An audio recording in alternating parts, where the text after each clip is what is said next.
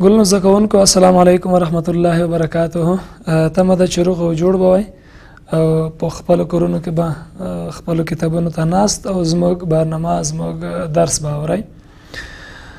ګلنو زده کوونکو بیا هم تکرارا څومره درسونه چې موږ دلته وایو ستاسو لپاره د خوري او مهنت کوو ستونزې ګالو تر څو تاسو ښه پوه شئ ډېر څه زده کړئ او د درسونو په مابین کې مو فاصله پیدا نه شي. د دې په خاطر که چېرې تاسو زده کړې ځنډنی شي او تاسو ونه شئ کولی چې درسونه ووایئ نو هغه زده کړه چې تاسو کړې ده په کامله معنا له تاسو څخه هېرېږي. بیا هم د یوولسم ټولګي د بیولوژي وار رسېدلی دی. د یوولسم ټولګي په بیولوژي باندې به خبرې کوو. تېره موضوع مو حجره او د حجرې کشف په دې باندې مفصلې خبرې وکړې. لاندې خبرې په تېر درس باندې کوو. وروسته راځو خپل نوي درس ته تر څو د نوی درس او زوړ درس ستاسو په ذهن کې سره یو ځای شي او تاسو ښه وپوهېږئ چې تېره موضوع څه وه او نوې موضوع به له کومه ځایه شروع کېږي. په تېره موضوع کې په حجره باندې غږېدلی وو، د حجرې په کشف باندې غږېدلی وو، د حجرې په اهمیت باندې غږېدلی وو. لنډه نقطې راخلو. تېر درس نه وروسته په نوي درس باندې پیل کوو. د تېر درس لنډه نقطه مو همدغه ده چې لکه دیوال چې له خښتو جوړ دی یا د دیوال په جوړښت کې چې خښتې شاملې دي په همدې ترتیب سره د ژوندي موجود بالخصوص د انسان په جوړښت کې حجرات شامل دي او انسان له حجراتو جوړ دی. پوښتنه مو کړې وه چې چا ولې او څنګه کله کشف کړه. حجره مختلف عالمانو په دغه برخه کار کړی ده. رابرټ هوک د لومړي ځل لپاره په کال 1865 میلادي کې حجره د کار په لرګي کې کشف کړه. په دوهم فلکس دو جردین په 1815 میلادي کال کې ژوندۍ حجره کشف کړه. له هغې وروسته په 1838 میلادي کال کې شلیدن نباتي انساج کشف کړل.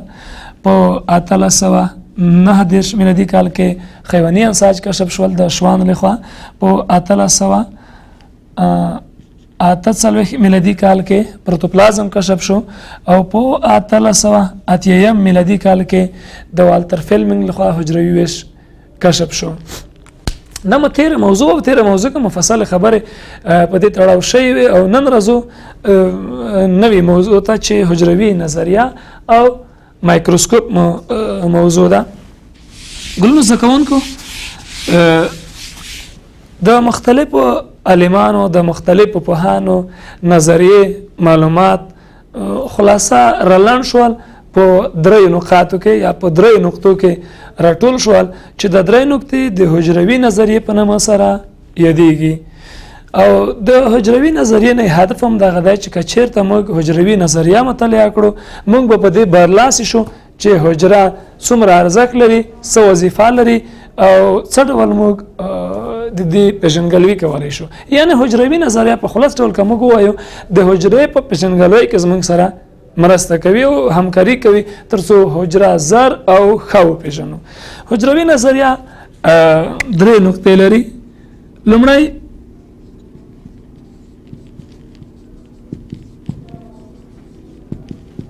موجودات له یوې یا څو حجرو څخه جوړ دي. د نظریې لومړنی پوینټ لومړنۍ نقطه لومړنۍ برخه ټول ژوندي موجودات له یوې یا څو حجرو څخه جوړ دي. یعنې په دې قانع یو چې ژوندي موجودات له حجراتو څخه جوړ دي. خو فرق په دې کې دی چې ځینې ژوندي موجودات له یوې حجرې جوړ دي او ځینې له څو حجراتو څخه جوړ دي. هغه ژوندي موجودات چې له یوې حجرې څخه جوړ دي موږ یې په سترګو نه وینو، یعنې فقط یوه حجره ده. لکه بکتریا له یوې حجرې جوړ دی، امیب له یوې حجرې جوړ دی، پرمیشیم له یوې حجرې جوړ دی، جردیا له یوې حجرې. دا دې ته ورته نور ژوندي موجودات یعنی یو حجروي واحد الحجروي ژوندي موجودات. واحد الحجروي په دې معنی چې ځینې ژوندي موجودات له یوې حجرې او ځینې له څو حجرو هغه ژوندي موجودات چې له یوې حجرې څخه جوړ شوي دي واحد الحجروي حیوانات ته ویل کېږي. اکثریت په دغه برخه کې پروتوزوا شامل دي. په دغه برخه کې بکتریا یو حجروي ژوندي موجود دی، یوې حجرې نه جوړ دی. امیب یو حجروي ژوندی موجود دی، له یوې حجرې څخه جوړ دی. پرامیشیم هم له یوې حجرې څخه جوړ دی، یو حجروي ژوندی موجود دی.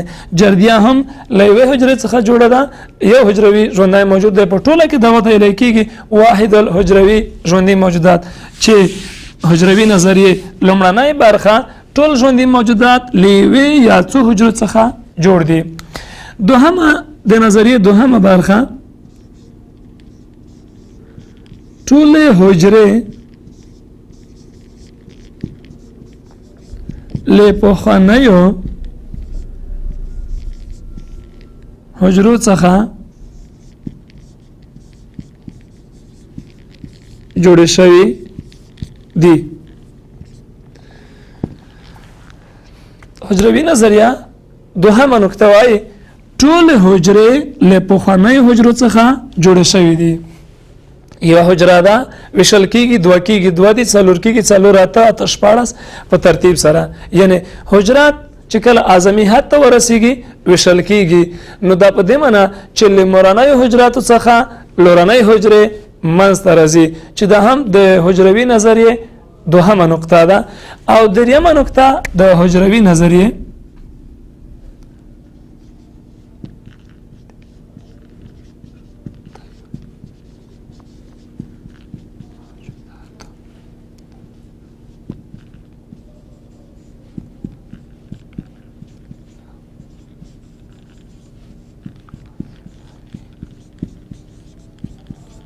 واحد ده. حجره د ژوندیو موجوداتو جوړښتیز او وظیفوي واحد ده. دا په دې معنی حجروي نظریه کوم خبره وکړه چې هغه عالمان کاغه فلکس دو جردین وو که والتر فیلمنګ وو که هوګن موهل وو که شلیدن وو که شواهد څومره معلومات مطالعات چې په دغه برخه کې شوي وو هغه ټول غونډ شول د حجروي نظریې په نامه په درې نقاطو کې خلاصه شول. ټول ژوندي موجودات له یوې یا څو حجرو څخه جوړ دي.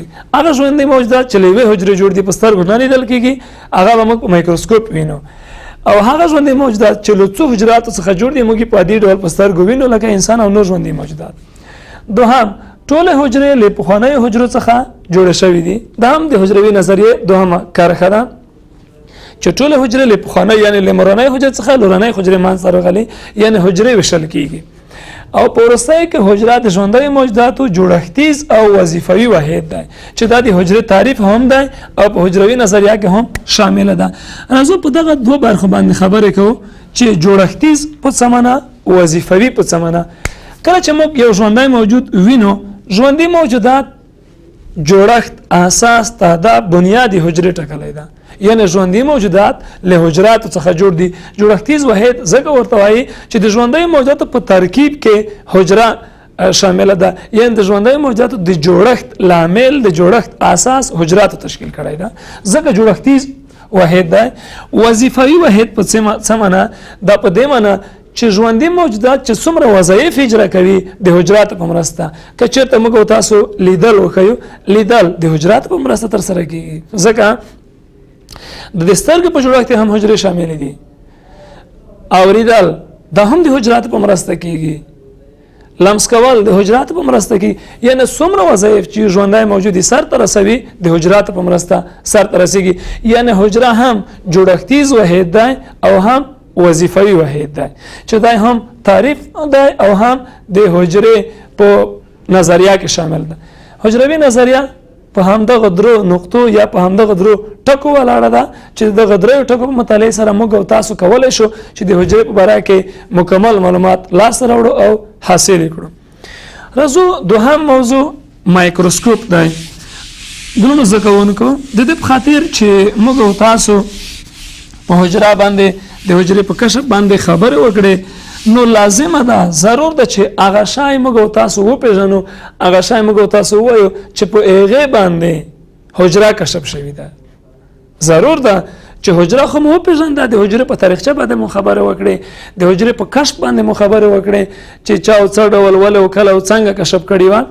د دې لپاره چې هغه ضرور شای چې په هغه باندې حجره کشف شوې ده هغه مطالعه کوو د هغه په اړه کوم ضرور ده چې د هغه پېژندګلوي هم په وخت او زمان سره شوی وي د پېژندګلوي لپاره چې په کوم شی باندې حجره کشف شوې ده مایکروسکوپ ته مایکرو کوچنی سکوپ لیدونکی د کوچنیو شیانو لیدونکی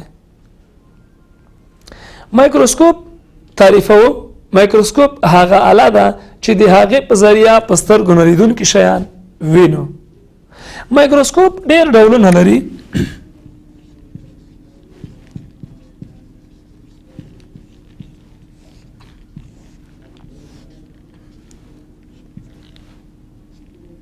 مایکروسکوپ ډېر ډولونه لري لومړی ساده مایکروسکوپ مرکب مایکروسکوپ او الکترون مایکروسکوپ په همدې ترتیب دغه هم ډولونه یې ډېر دي خو موږ په خلاصه ډول د یوولسم ټولګي په بیولوژي کې ساده مایکروسکوپ وایو مرکب مایکروسکوپ وایو الکترون مایکروسکوپ وایو د هغوی په اجزاو د هغوی په وظایف په کیفیت باندې خبرې کوم ساده مایکروسکوپ له نوم نه معلومیږي موږ تاسو ورته ضربین وایو یوه عدسیه لري سات جوړونکي له هغوی څخه کار اخلي زکریا جانسن او جوهان په نوم دوه عالمانو چې په 1590 کال کې کشف کړ ساده هغه مایکروسکوپ ته چې یوه عدسیه ولري یو دوهم سات جوړونکي ورڅخه کار اخلي دوه زکریا جانسن او جوهان لخوا په 1590 کال کې کشف شو دا ساده مایکروسکوپ مرکب مایکروسکوپ له هغه مایکروسکوپ څخه عبارت دی چې دوه یا څو عدسیې ولري د مرکب مایکروسکوپ په نامه یادېږي هم له نور څخه کار کوي او هم له برق څخه کار کوي چې وروسته بیا په عملي ډول درته ښودل کیږي الکترون مایکروسکوپ له هغه مایکروسکوپ څخه عبارت دی چې د قوي برق په ذریعه کار کوي یو شای 2,50,000 ځله غټ ښیي د جرمني عالمانو نول او رسکالو خوا په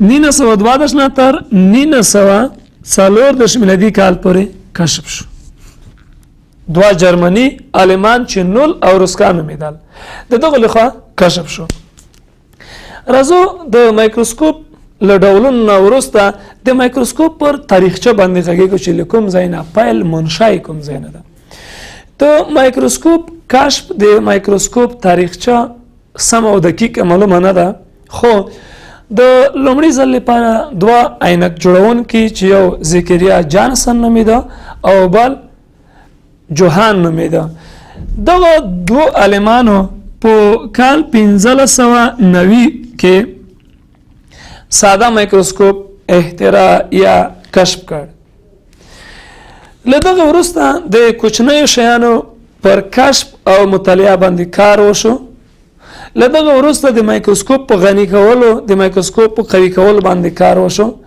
چې په مجموع کې 3 نفره د یادولو وړ دي چې هغوی کار کړی ده لومړنی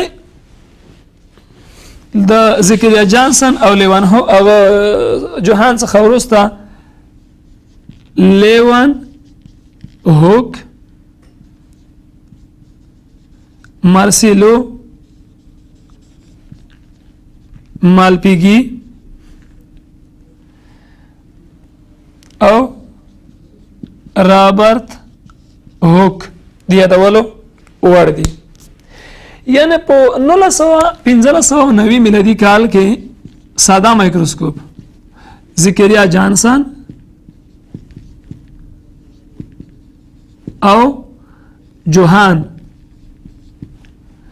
دغه ساده مایکروسکوپ ته کار وکړ او دای کشف کړ له دې وروسته د کوچنیو شیانو په پېژندګلوي له دې وروسته د حجراتو په کشف د دې وروسته د مایکروسکوپ په غني کولو باندې کار وشو نو 3 نفره د یادولو وړ دي لیوان هوک مارسیلو مالپیگی او رابرت هوک دا هغه څوک دي د هغه کسان دي چې دوی په دغه برخه کې کار کړی دی.